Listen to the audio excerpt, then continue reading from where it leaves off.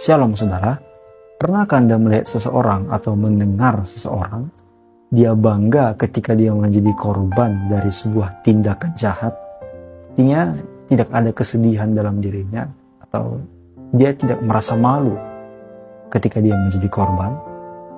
Ada dua kemungkinan. Yang pertama, saudara nggak pernah tahu. Yang kedua, saudara lupa. Nah, saya akan bantu saudara untuk mengingatnya. Di dalam Kejadian 45 ayat 3-5, di sana adalah cerita Yusuf yang memperkenalkan dirinya kepada saudara-saudaranya.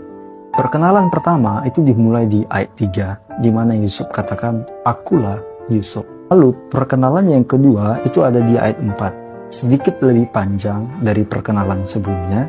Begini kata Yusuf, "Akulah Yusuf, saudaramu yang kamu jual ke Mesir."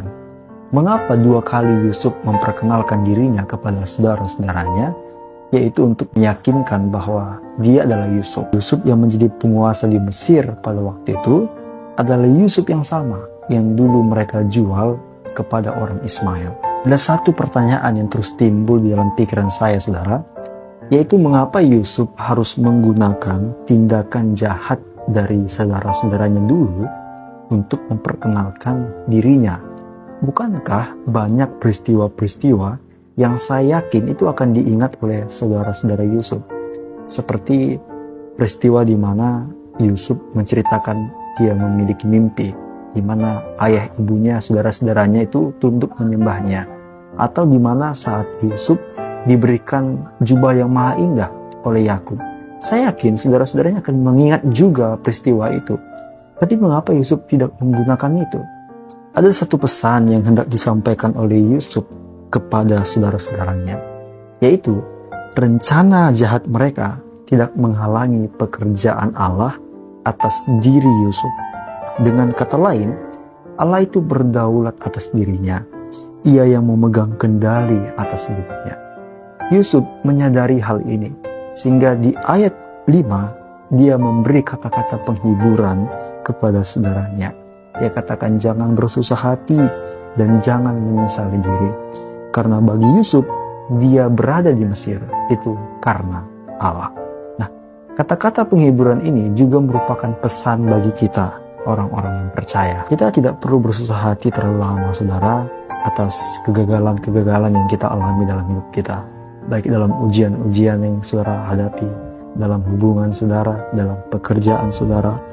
Selain itu, kita juga tidak perlu bersusah hati terlalu lama atas tindakan-tindakan buruk yang orang lain berikan kepada saya dan saudara. Yusuf juga mengatakan, jangan menyesali diri.